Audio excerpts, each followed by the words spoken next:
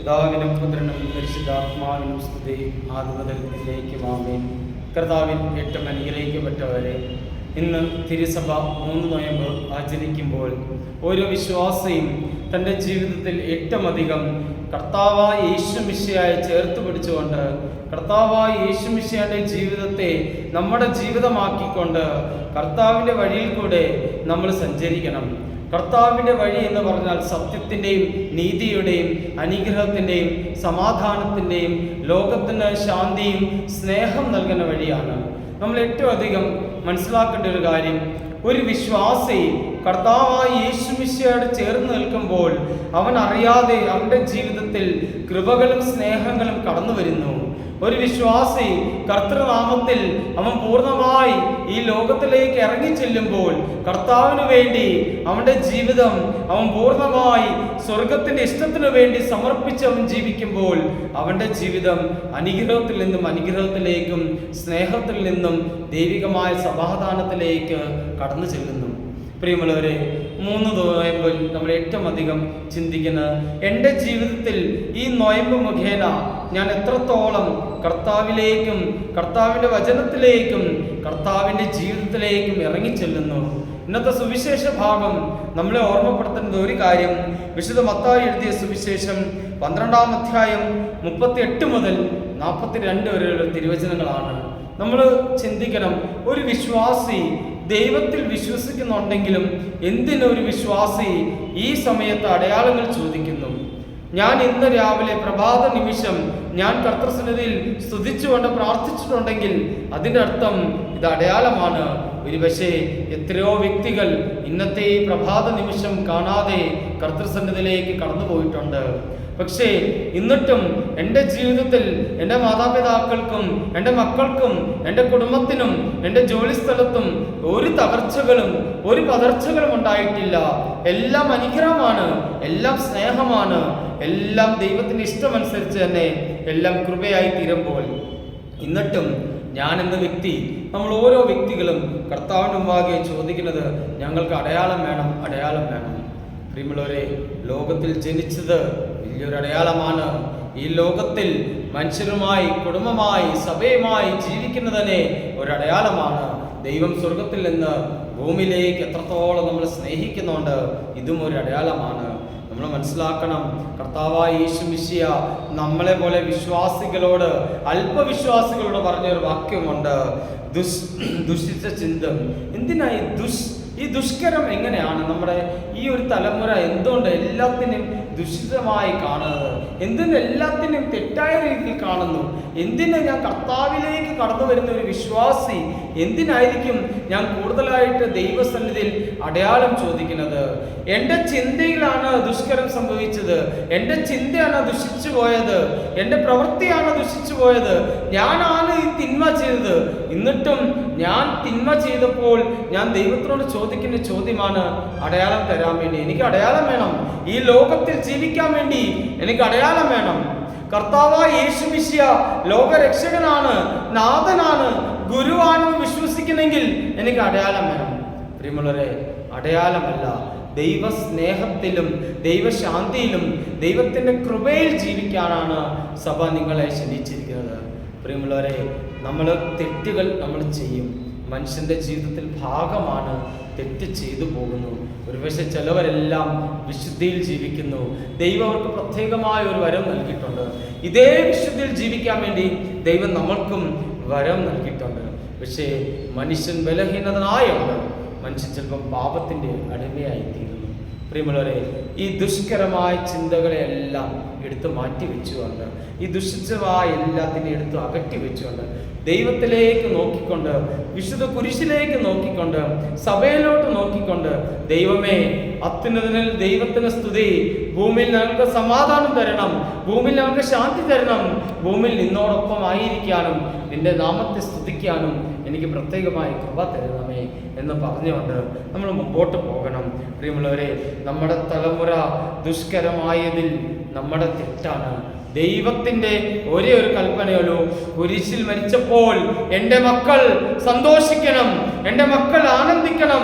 എൻ്റെ മക്കളുടെ ജീവിതത്തിൽ സ്വർഗത്തിൽ നിന്നും നിരന്തരമായ ഇടപെടലുണ്ടായി. എൻ്റെ മക്കൾ ദൈവത്തെ സ്തുതിച്ചുകൊണ്ട്, ദൈവത്തിന്റെ നാമത്തിനു വേണ്ടി സ്തുതി അർപ്പിച്ചുകൊണ്ട്, ഞാൻ ഈ ഭൂമിയിൽ ജീവിക്കുന്നത് കർത്താവിന് വേണ്ടിയാണ്, ഈ ഭൂമിയിൽ ചെയ്യുന്ന എല്ലാ പ്രവൃത്തിയും അത് ദൈവത്തിന് വേണ്ടിയാണെന്ന് വിശ്വസപൂർവം നമ്മൾ ജീവിക്കണം പ്രിയമുള്ളവരെ. കാരണം ഓരോ നോയമ്പും ഓർമ്മപ്പെടുത്തലാണ്.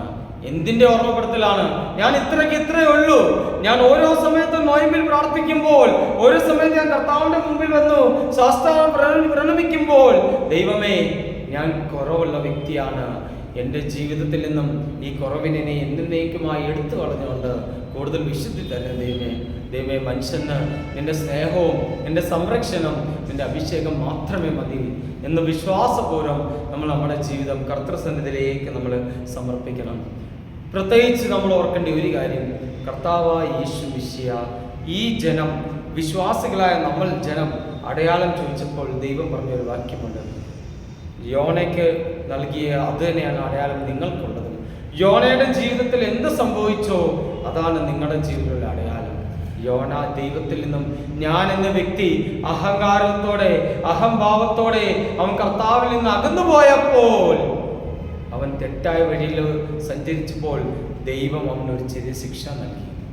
ആ ശിക്ഷയിൽ നിന്നും അത് അനുതാപത്തിലേക്കും പ്രായശ്ചിത്തത്തിലേക്കും കടന്നു വന്നപ്പോൾ അവന് മനസ്സിലായി, എൻ്റെ നാഥനും ഗുരുവാണ് എൻ്റെ കൂടെ ഉള്ളത്. എൻ്റെ നാഥനില്ലാതെ എനിക്ക് ജീവനില്ല. എൻ്റെ നാഥനില്ലാതെ എനിക്ക് മുമ്പോട്ടൊരു വഴിയില്ല. നാഥനുണ്ടെങ്കിൽ ആ വഴിയിൽ പ്രകാശമുണ്ട്. നാഥനുണ്ടെങ്കിൽ ആ വഴി സത്യം വഴിയാണ്. നാഥനുണ്ടെങ്കിൽ ഈ പ്രകാശത്തിലും ഈ സത്യത്തിലുള്ള വഴിയിൽ ഒരു സത്യജീവനുണ്ട്.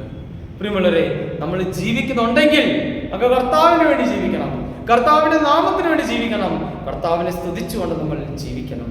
പ്രിയമുള്ളവരെ, യോന 3 ദിവസം തിമിംഗലത്തിന്റെ ഉദരത്തിൽ കടന്ന് പ്രാർത്ഥിച്ചപ്പോൾ അവന്റെ ജീവിതത്തിൽ അനുതാപം ഉണ്ടായി. നമ്മളും ഈ ഭൂമിയിൽ കടന്നു പ്രാർത്ഥിക്കുമ്പോൾ നമ്മുടെ ജീവിതത്തിൽ അനുതാപം ഉണ്ടാകണം.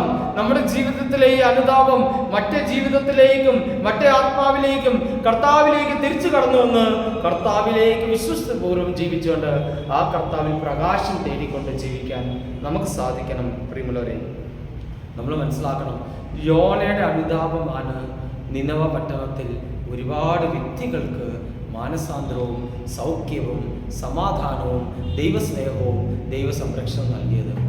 ജനനം മുതൽ ഇന്നേ വരെ ക്രിസ്ത്യാനിയായി കത്തോലിക്ക സഭയിൽ ജീവിച്ച നമ്മൾ, മാമോദീസ സ്വീകരിച്ച നമ്മൾ, എത്ര ആത്മാവിനെ നമ്മൾ പ്രകാശത്തിലേക്ക് കൊണ്ടുവരാൻ നമുക്ക് സാധിച്ചിട്ടുണ്ട്.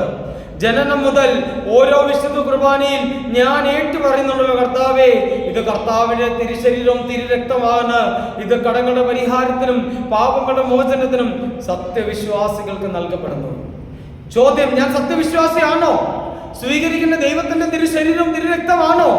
എന്റെ ജീവിതത്തിൽ കർത്താവാണോ എന്റെ മുമ്പിൽ നിൽക്കുന്നത്? കർത്താവാണോ? കർത്താവിന് വേണ്ടിയാണോ ഞാൻ സാക്ഷ്യം പറയുന്നത്? കർത്താവിനോടൊപ്പമാണോ ഞാൻ ജീവിക്കുന്നത്? ഇതാണ് എൻ്റെ ചോദ്യം. പ്രിയമുള്ളവരെ, നോയമ്പിലേക്ക് തിരിച്ചു വരാം. ഓരോ നോയമ്പും ഓർമ്മപ്പെടുത്തുന്നത് ദൈവത്തിൻ്റെതായി, ദൈവത്തിന്റെ സ്വന്തമായി, ദൈവത്തിന്റെ വാഴ്ത്തപ്പെട്ട ജനകമായി, ദൈവത്തിന്റെ അജഗണമായി, ദൈവത്തിന്റെ ആത്മാവ് നമ്മുടെ മേൽ എന്നേക്കുമുണ്ടെന്ന് വിശ്വാസപൂർവ്വം ഓരോ വിശുദ്ധ കുർബാനയിൽ ദൈവത്തിന്റെ ശരീരവും ദൈവത്തിന്റെ രക്തം സ്വീകരിക്കുമ്പോൾ ഓരോ നിമിഷവും ഈ തിരുരക്തം എന്നെ ശുദ്ധീകരിച്ച് എന്റെ മാലിന്യങ്ങളെല്ലാം എടുത്ത് കളഞ്ഞുകൊണ്ട് എനിക്ക് അഭിഷേകത്തിൽ ജീവിച്ചുകൊണ്ട് ഈ അഭിഷേകത്തിൽ എന്നെ ചേർത്ത് വെക്കുമ്പോൾ എനിക്കും പാടാം, ഹല്ലേലൂയ, ദൈവമേ, നിന്റെ തിരുനാമത്തിൽ ഞാൻ ഇതാ ഭൂമിയിൽ നിന്നും പ്രാർത്ഥിക്കുന്നു. സ്വർഗത്തിൽ നിന്നും എന്റെ പ്രാർത്ഥന കേട്ടുകൊണ്ട് ഈ ഭൂമിയിൽ ഓരോ ആത്മാവിനെ, ഓരോ ഹൃദയത്തെ സൗഖ്യപ്പെടുത്തിക്കൊണ്ട് ഞങ്ങളെ നിന്റേതാക്കി മാറ്റണമേ. പ്രിയമുള്ളവരെ, ഓരോ വ്യക്തിക്കും ദൈവത്തിന്റെ വചനമാണ് ആശ്വാസവും ദൈവത്തിന്റെ ജീവിതമാണ് സൗഖ്യം എന്ന വിശ്വാസപൂർവ്വം നമുക്ക് ഈ നോയമ്പിലേക്ക് പ്രവേശിച്ചുകൊണ്ട് കർത്തൃസന്നിധിയിലേക്ക് പ്രാർത്ഥനയും നമ്മുടെ കർത്താവിലോട്ട് അനുഗ്രഹത്തിന് വേണ്ടി നമുക്ക് പ്രാർത്ഥിക്കാം. ഈ നോയമ്പ് അനുഗ്രഹത്തിൻ്റെയും സമാധാനത്തിൻ്റെ നോയമ്പായി തീരാൻ വേണ്ടി ദൈവം നമ്മളെ ശക്തിപ്പെടുത്തട്ടെ. ഓരോ നോയമ്പും നമ്മൾ ഓർമ്മപ്പെടണം, നമ്മുടെ ഓർമ്മയിലുണ്ടാവണം. ഓരോ നോയമ്പും ഞാൻ ഒന്നുമല്ല ദൈവമേ, എൻ്റെ ജീവിതം നിൻ്റേതാണ്, നിന്നിലേക്ക് ഞാൻ തിരിച്ചു വരുന്നു, എൻ്റെ ആത്മാവിനെ ഞാൻ സമർപ്പിക്കുന്നു. ഈ നോയമ്പ് സമയത്ത് ചെയ്ത് ദൈവമേ, എൻ്റെ ആത്മാവിനെ കൂടുതൽ വിശുദ്ധിയിലും കൂടുതൽ പ്രാർത്ഥനയിലും കൂടുതൽ നിന്നോടൊപ്പം സമയം ചെലവഴിക്കാൻ എന്നെ ശക്തിപ്പെടുത്തണമേ കർത്താവേ. ശിഷ്യന്മാർ കർത്താവിനോടൊപ്പം പ്രാർത്ഥിച്ചപ്പോൾ അവർക്ക് അവരുടെ ആത്മാവിന് ദൈവത്തോടൊപ്പം ആയിരിക്കണം എന്ന ആഗ്രഹമുണ്ട്. പക്ഷേ ശരീരം ബലഹീനതനായുണ്ട് അവർ ഉറങ്ങിപ്പോയി. കർത്താവെ, നിന്റെ സന്നിധിയിൽ നിന്ന് പ്രാർത്ഥിച്ചുകൊണ്ട് നിന്നിൽ നിന്ന് കൃപകളും ദാനങ്ങളും സ്വീകരിച്ചുകൊണ്ട് എനിക്ക് ജീവിക്കാൻ നീ സ്വർഗത്തിൽ നിന്നും എനിക്ക് ശക്തിയായിരിക്കണമേ. ഈ നോയമ്പ് സമയത്ത് നമ്മളോട് ദേഷ്യവും പിണക്കമുള്ള വ്യക്തികളെ സമർപ്പിച്ച് പ്രാർത്ഥിക്കാം. നമ്മൾ മുഖേന വേദനിക്കുന്ന ഹൃദയത്തെ സമർപ്പിച്ച് പ്രാർത്ഥിക്കാം. കൂടുതൽ അനുഗ്രഹത്തിന് നമുക്ക് പ്രാർത്ഥിച്ചുകൊണ്ട് ഈ നോയമ്പ് സമയം കർത്താവിനോടൊപ്പം കർത്താവിന് വേണ്ടി ജീവിക്കാം. സർവശക്തനായ ദൈവം നമ്മളെ അനുഗ്രഹിക്കട്ടെ. പിതാവിനും പുത്രനും പരിശുദ്ധാത്മാവിൻ്റെ നാമത്തിൽ ആമേൻ.